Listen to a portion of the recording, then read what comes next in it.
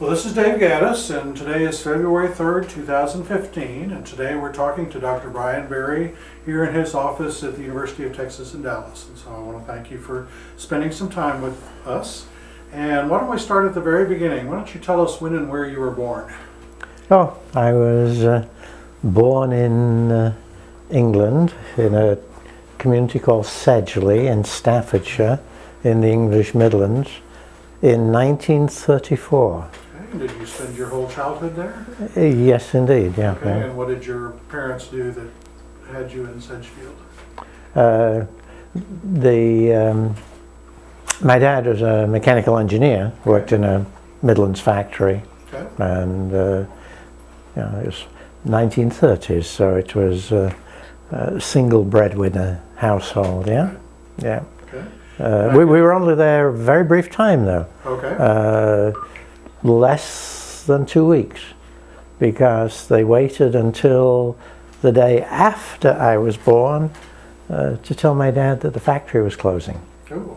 And so we moved back to the place where he'd been born and where my grandparents were in Lincolnshire, further east. Okay. But we were there 2 or 3 years. Then in West London, 1939, war broke out in Europe. My parents shipped me back north to Lincolnshire to live with my grandparents, and I didn't rejoin the parental household until 1944 or so. Okay. Do you have some memories of the war years? I mean, Oh, very vivid memories, yeah, yeah. Or such as where I assume there was rationing and. Oh, yes. I mean, the rationing, the early part of the war, where the British regiments were based in the villages and the small towns and were being formed. The attacks, number of occasions, the bomber attacks and so on. Yeah. So there was actually some Lots of it. bombing in your particular area. Oh yes, yes. Yeah. So very much part of growing up. The where we lived in the second half of the war was in the middle of the RAF aerodromes for the night bomber force, for the Lancaster heavy bombers. So we were in the middle of that. So every evening there was a drone of the bombers taking off and forming their wings and their flights. And then next morning the pretty well shattered wings and so on coming back in. And at that time my dad was in charge of installing the gun turrets, in charge of the RAF crews who installed the gun turrets on the planes. Oh, okay. Yeah. I don't know whether you've seen an English World War II movie that dealt with the bombers going and blowing up the German dams. Yeah, correct. I think it was called the Dam Busters. The Dam Busters, right. Gary Gibson's force, yeah. Uh-huh. Well, my dad prepped all those planes. Oh, okay. Mhm. That was interesting. Yeah.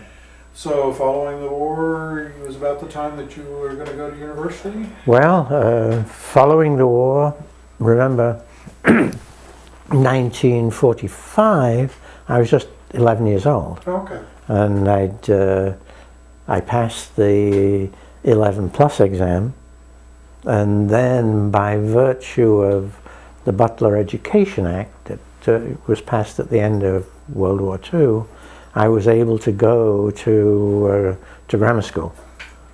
Had a scholarship to go. I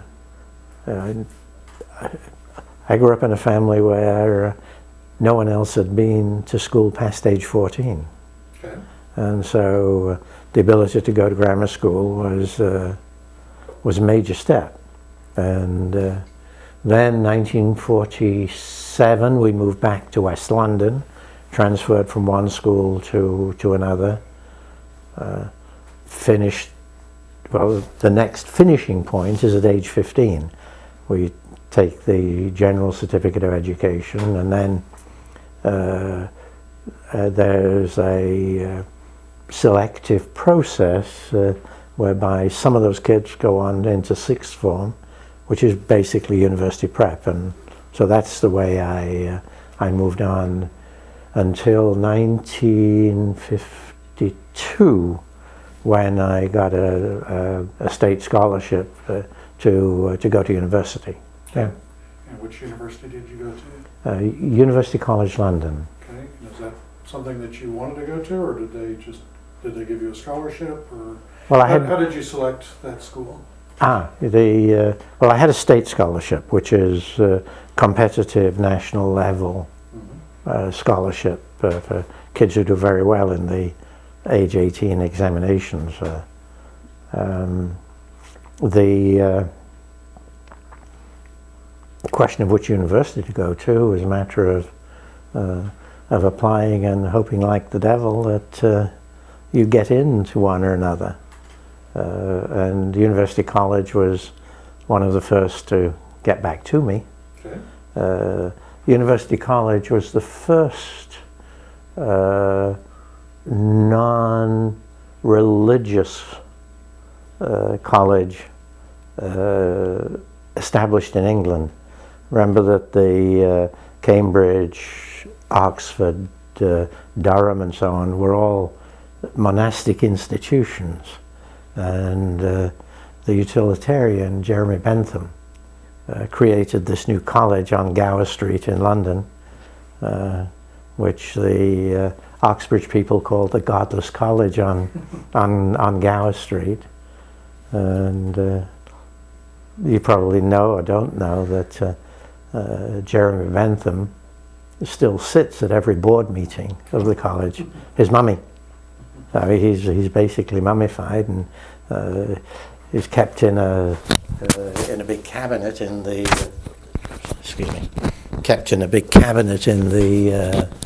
boardroom, and they open it up and bring him out for every board meeting. Is that okay? Yeah. So anyway, I took the BSc degree in economics. Okay. So it's a degree in economics and politics, and extending more generally into the social sciences and into geography, because I became very interested in a branch of economics / geography called location theory. Okay. And what made you interested in that? just the basic logic and rationality of it. Okay. Mm-hmm. And so after you got your BSc, did you go straight to graduate school, or? Well, I heard of these wonderful things called Fulbright scholarships, and so I applied to American University. Well, the professor at University College said to me that if you really want advanced research training as what's called a postgraduate student, then you have to go to the United States, because at that time England did not have a formal system of graduate education. Okay. So he advised me to come to the States. I applied to a number of universities. I got a Fulbright scholarship, which paid for the trip. And the first university to say you're admitted was the University of Washington. Okay. About 5 months before the supposed AAUP deadlines, he violated the rules to reach out over a period of 2 or 3 years, to reach out and take the cream of the applicant crop. And so there was an unusually able group of graduate students there in the program. Now, had I stayed in Europe, I would probably have done graduate work in economics, because location theory in Europe was basically an enterprise of economists.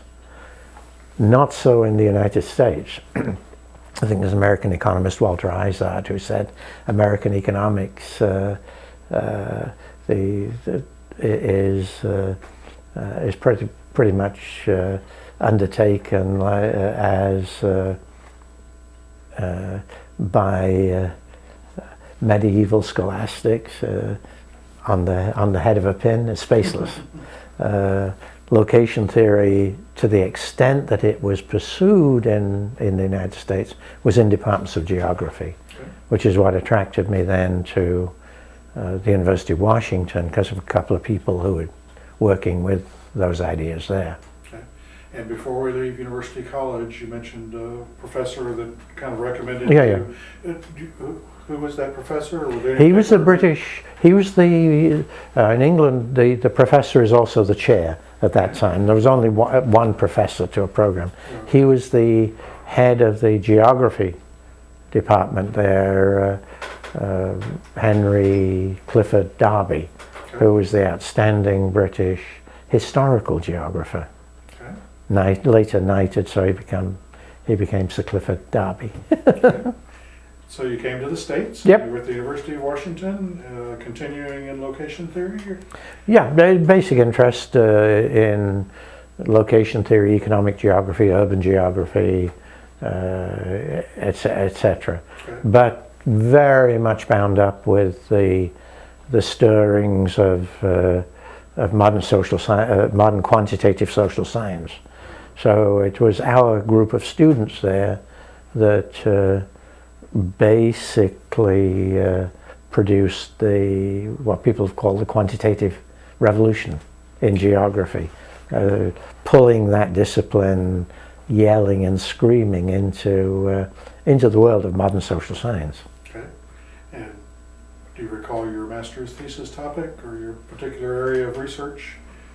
Yeah, the master's thesis was a test of some ideas in central place theory, which was a body of theory about urban location, the location of services and so on, that had been developed in the 1930s by a German scholar called Walter Christaller.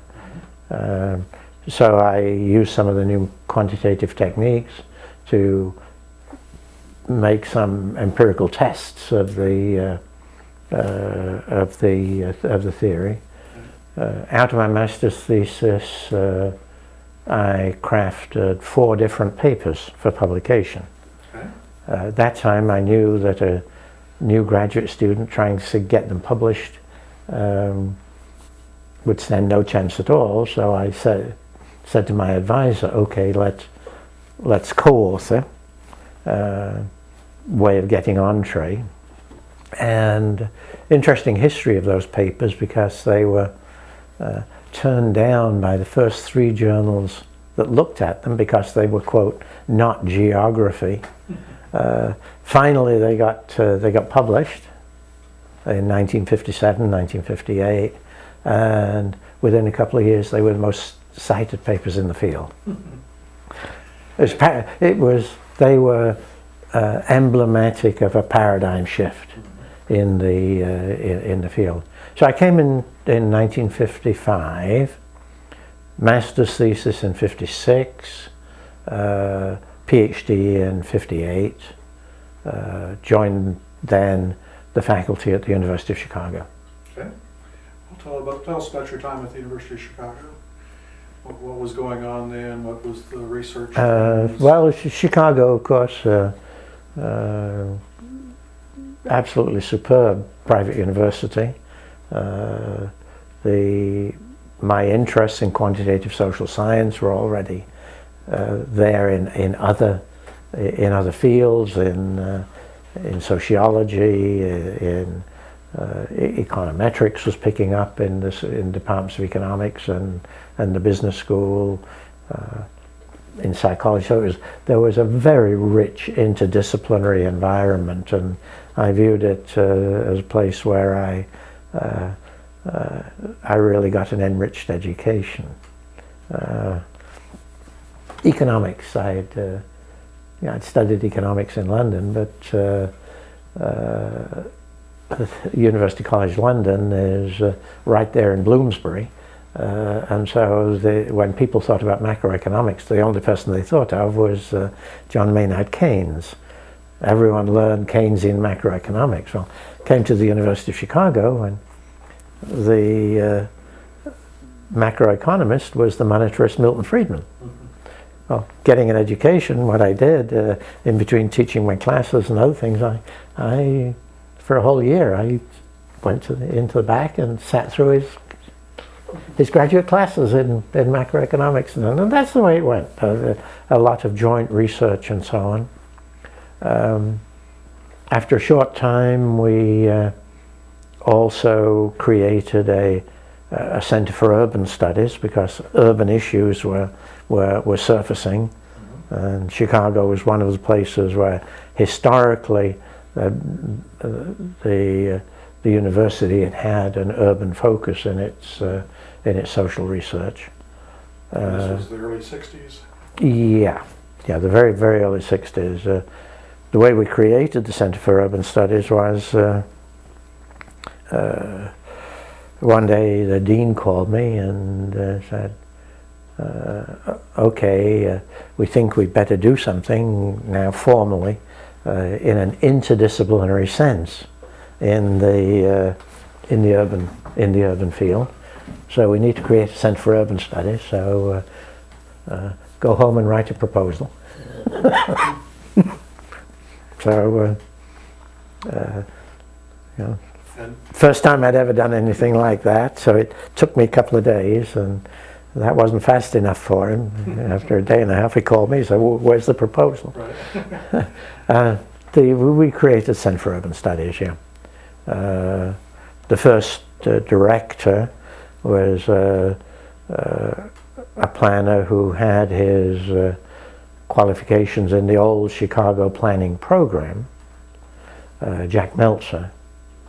The Chicago planning program had been created to give Rexford Tugwell, who was one of the leading architects of the New Deal, to give him a place to write his memoirs. Okay. And that planning program produced a number of the nation's leading planners of the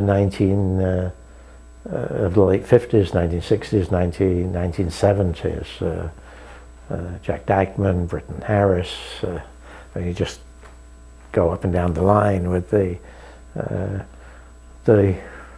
people who are the leading thinkers in the planning profession at the time.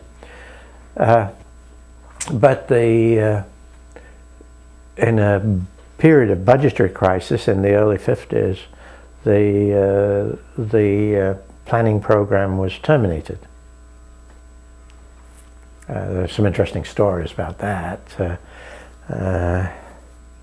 And one of the jobs I inherited was seeing the last of the planning program students through to their PhDs. Yeah. So I was at Chicago for until 1976. Then went off to Harvard for 5 years. I had an endowed chair in city and regional planning. I directed the Laboratory for Computer Graphics and Spatial Analysis. As one of the things that I developed as part of developing a field of spatial analysis was also a lot of the groundwork in what is now the field of GIS. So I directed those things at Harvard. Couldn't stand the place though. I grew up in an English working class household, and I had to work bloody hard for everything I got. I could not abide by the notion that status was ascriptive rather than earned. Yeah. So I got out of there. I went to Carnegie Mellon as dean of what was the School of Urban and Public Affairs. We got money from the Heintzes, and it's now called Heinz College. Was the public policy center at Carnegie Mellon. Did that for 5 years. Did what I went there to do, and then the vice president and provost of a brand new university in Texas called me and said, well, Brian, you've done all these other things.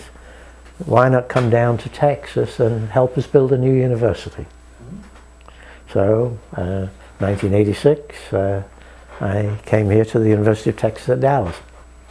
When I arrived, there were 4,000 students. 60% of them were graduate students. Others were upper division transfer students. 110 faculty. It was a pretty small place. And as I recall, surrounded by farmland at the time. Exactly, cotton fields. Right. Yeah.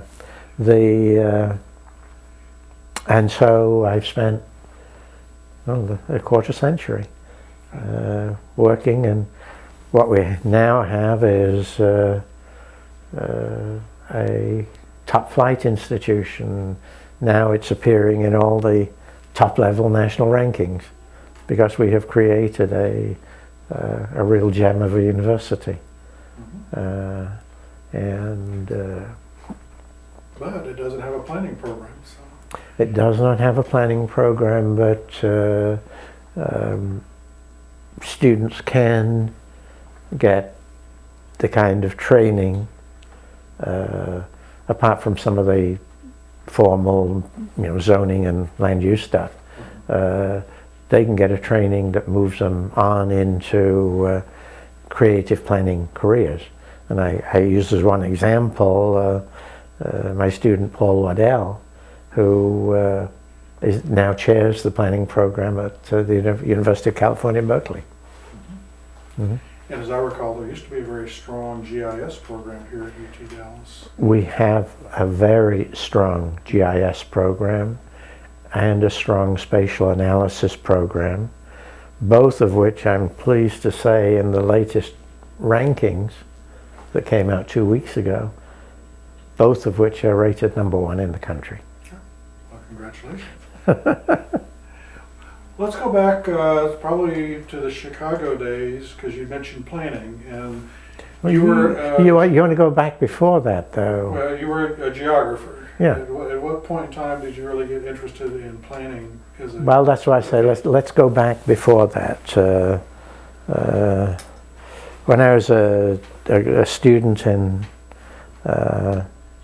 London, I went to lectures by a British land use specialist, Dudley Stamp, who was the leading academic of the time.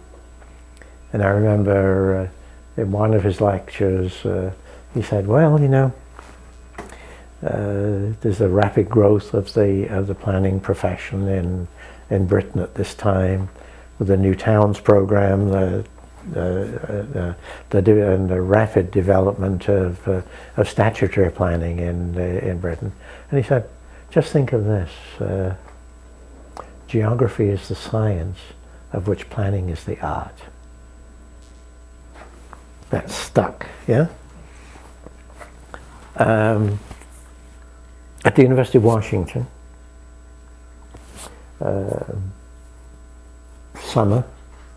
second summer I was there, I needed a job. I went from Seattle to Spokane and spent the summer working for the city planning department. Okay. And what I did for them was to write the first draft of their annexation policy. Okay. Yeah. So. And over the years, you've done a number of planning-related projects. Oh yes, yes. Related to your academic pursuits, or? Yeah, I've always believed, the Dudley Stamp thing, I remember. But in my career, I've always felt that I was not happy if I didn't have one foot in theory and the other foot in practice. So the foot in theory is in academia, the foot in practice is actually out there doing doing the planning. Okay. So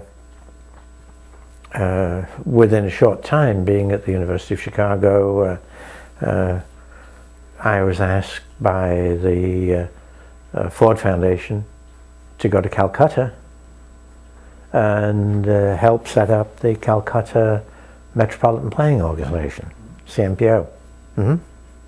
And that was just the beginning then of activities in urban and regional planning that that have taken me to most parts of the world and many places in North America as well. Yeah. I know you've got a long list of projects, but are there a couple of projects that you're particularly proud of that you worked on? Oh, it's hard to. That really is very. I'm not asking you to pick the favorite of your children, but Yeah. projects that stand out in your mind that were significant in your Yeah.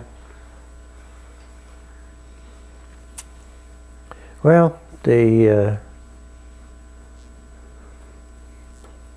a group of us went to Melbourne in Australia and did the strategy plan for the city of Melbourne, and that marked a real transition in planning concepts there, because the planning profession was highly influenced by British statutory planning, basically telling people what they can't do, strong regulation and so on, and the notion of doing strategic planning where your analysis is designed to identify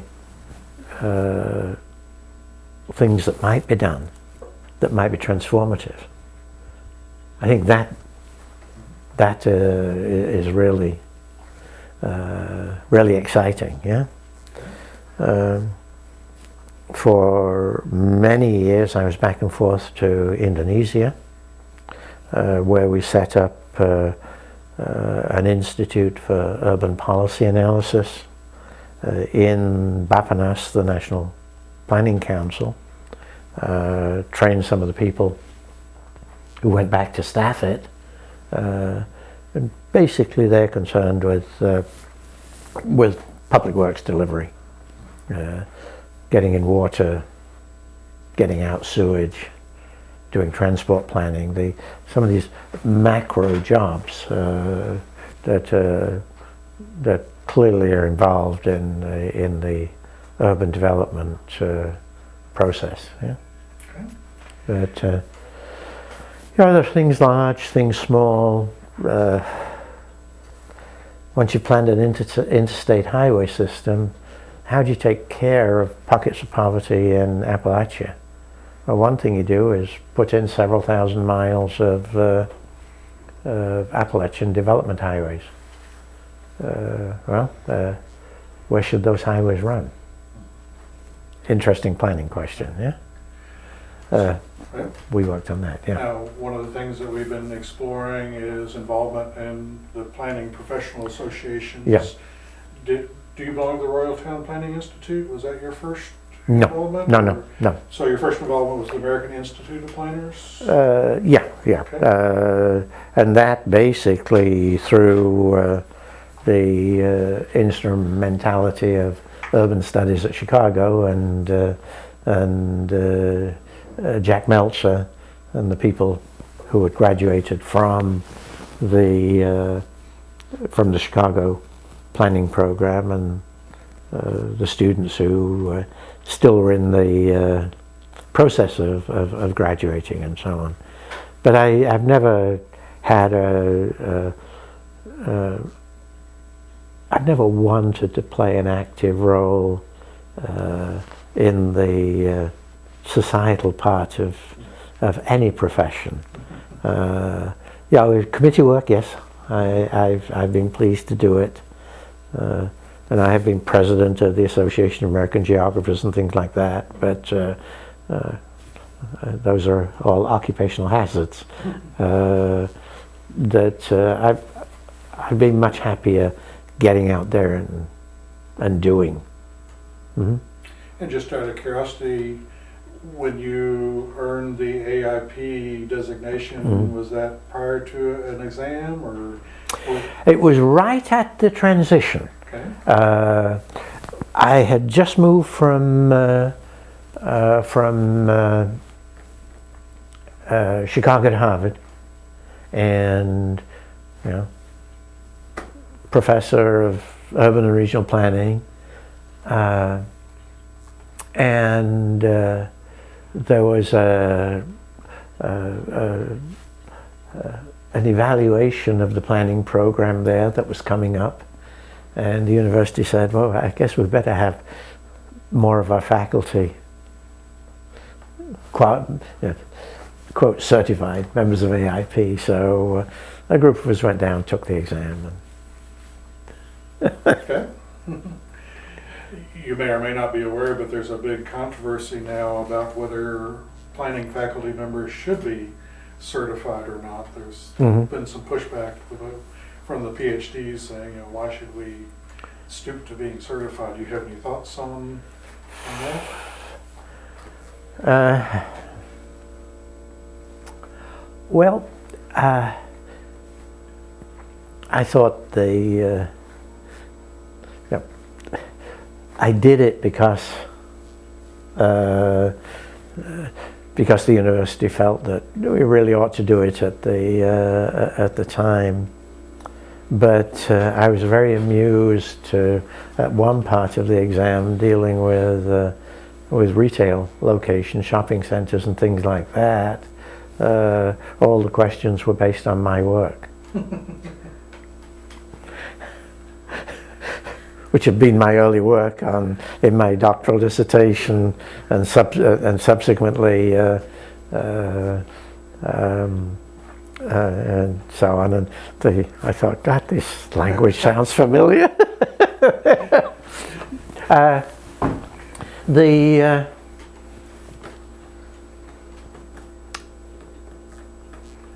I view the certification. I think certification is better treated as an honorific than as a condition for employment. Mm-hmm. I think there are a lot of people who can do very good jobs in planning, and for whom the fact that they're certified is irrelevant. I've spent a lot of my time in urban and regional planning for almost 60 years. I have never taken a course in planning in my life. And yet most planners have taken courses that relate to some of your work. Exactly. Yeah. So, and at some point in time you were elected to the National Academy of Sciences? Yes, 1975, I think. Yeah, okay. yeah. And I understand that you had a distinction of being one of the youngest at the time. I think the youngest social scientist ever to be elected. Yeah. Okay. And I have a natural science background, so I have a keen interest in. Appreciate, yeah. And I've done a lot of work with the Academy over the years. Over the years I served on a number of their study groups that addressed issues of national urban policy and so on. Yeah. Okay. And you'd mentioned some of the spatial analysis and graphic work at Harvard. I want to say I used a computer program called SIMAP or SIMAP, and I want to say that came out of Harvard. No, it did not. Okay. No, SIMAP was conceived originally in Chicago by a man called Howard Fisher, who was an architect who was loosely attached to Northwestern University at the time. his programmer was a woman called Betty Benson. And in the first development stage, her salary was paid by my old thesis advisor, William Garrison, who by then was at Northwestern University, and by me out of the Center for Urban Studies funds. Okay. So we essentially funded the early development of CNAP. You remember that in the surface fitting part, you use polynomials for surface fitting? Yeah? Well, I wrote that. Oh, okay. I wrote the first draft of that polynomial surface fitting thing. Okay. Yeah. Then Howard Fisher got a major grant from the Ford Foundation, between $400,000 and $500,000, which at that time was the equivalent to, say, $2.5 million, $3 million. And he came to Northwestern and said, "Can I set up a center here?" And Northwestern said no. He came to the University of Chicago, and the University of Chicago said no. They both said no because they did not want to give a tenured full professorship to Howard Fisher. Yeah? The Graduate School of Design at Harvard said yes. Took him, and he set up the laboratory for computer graphics. CIMAP was their first big marketable product, but it also was a place that provided a lot of training and inspiration for other people. There was one Harvard undergraduate called Jack Dangermond, who got his first introduction to computer graphics there, and Dangermond, like a number of bright Harvard people at the time, Bill Gates and so on, never got his Harvard degree. He took off for the West Coast, set up the Environmental Systems Research Institute, ESRI, and ESRI, of course, is now the major producer of GIS software. Yeah, the lab. When Fisher retired, the lab became the Lab for Computer Graphics and Spatial Analysis under the second director, William Wantz, who was a former meteorologist / geographer who moved from the American Geographical Society in New York. And when Wantz retired, well, when Wantz left Harvard, he didn't retire. Then the new dean of the Graduate School of Design came to me and said, "Look, you know, we're trying to develop a much more analytic planning program. And you've been at Chicago too long. You know, come to Harvard." And I, going and taking an endowed chair at Harvard and so on, part of the mystique. Why not? Why not? So we went to Harvard. Okay. You have innumerable publications, a number of books. Yeah. Any of those that you're particularly proud of? That's just a few of the books right there. There was back in the mid 1960s, Prentice Hall editor came to me, said we're developing a new series of very slim 160-page paperbacks in different aspects of economic geography. Will you do one for us?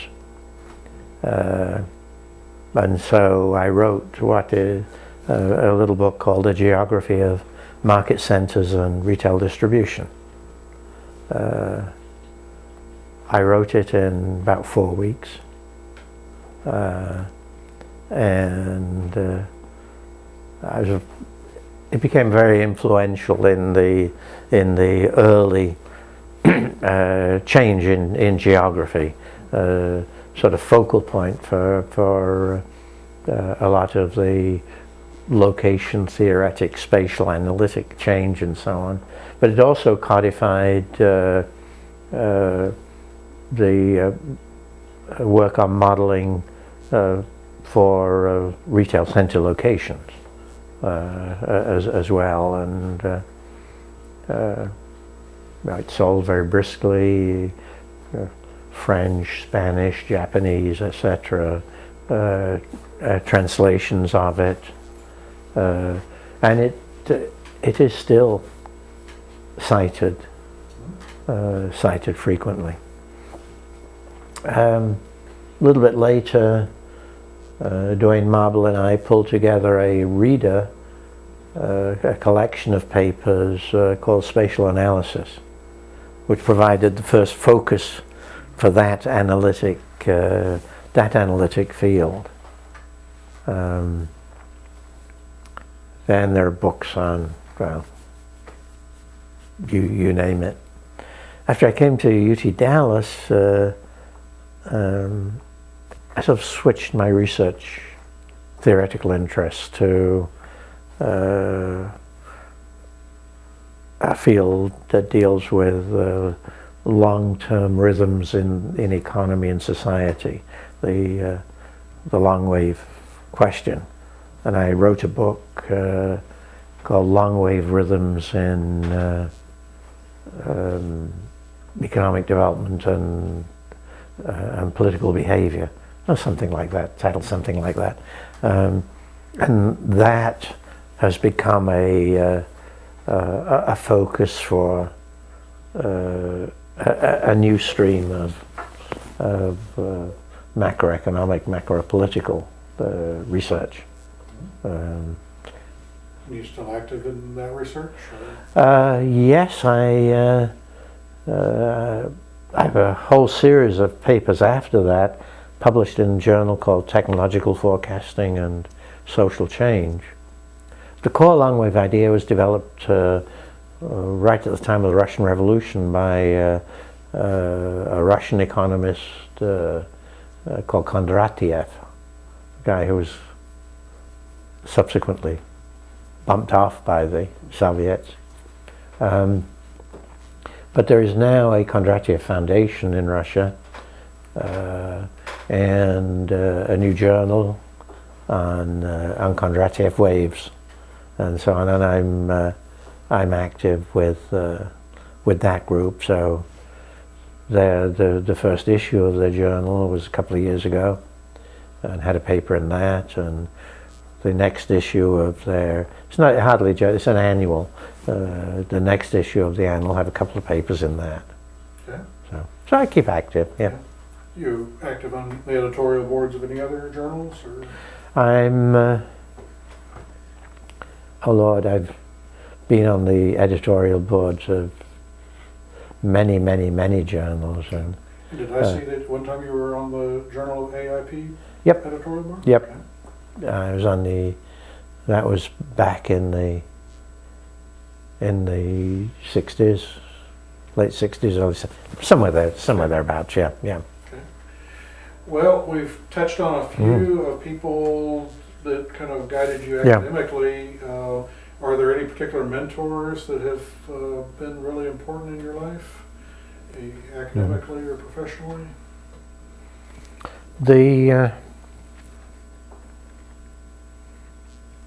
Well, certainly as an undergraduate at University College London, a couple of the geographers were important. Well, the professor Henry Clifford Darby, and I've talked about his role, but also a man who showed that you could treat historical development in a systematic way. Even before that, in secondary school, I had a teacher who name was Mr. Urch, and he used to say, it's all very well to have a good memory, but it's much more important to develop the pegs to hang the thoughts on. In other words, you have to learn to think and behave systematically. And then there was at University College was a man called Brian Law who introduced me much more systematically to field of location theory. As a graduate student, there was a young assistant professor, William Garrison, who became my advisor, and he was influential in different ways, in supporting the whole thrust to a much more theoretical and quantitative research stance. Yeah. Okay.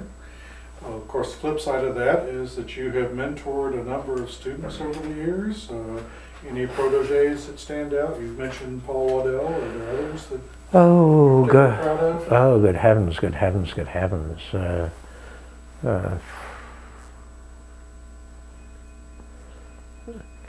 So many, it's hard to it's hard to think of them all. I had a whole group of Canadian students in the 1960s, early 70s in Chicago, who became the leading lights in Canadian urban studies and planning. Larry Bourne, Bob Murdy, and so on. Larry Bourne headed up the urban studies programs at urban planning at the University of Toronto, for example, and became fellow of the Royal Society of Canada. Philip Rees went back to England, formal demographic analyst, became fellow of the British Academy. Alan Praed, who was at the University of California, Berkeley, who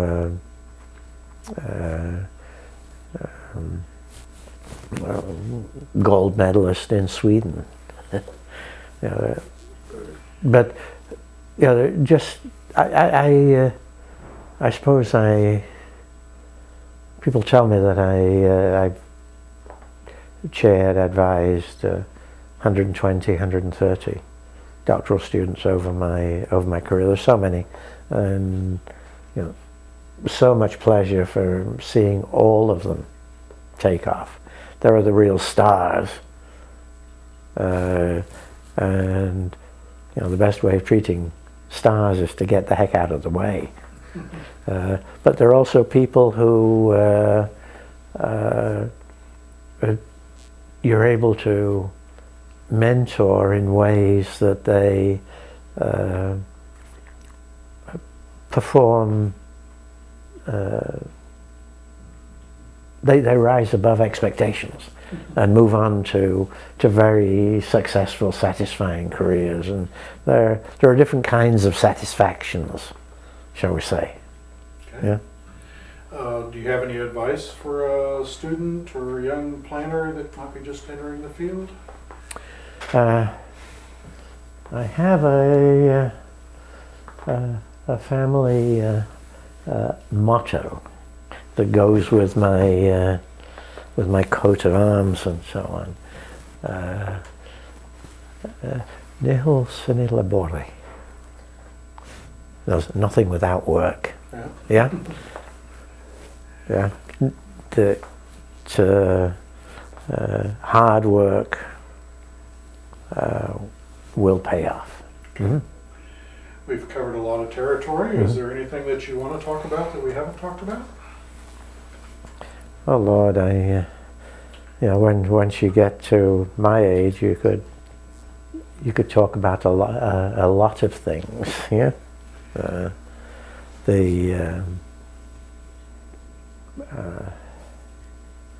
we've been involved with in the United States with questions of whether or not there should be national urban policy, with evaluating misdirected social programs, and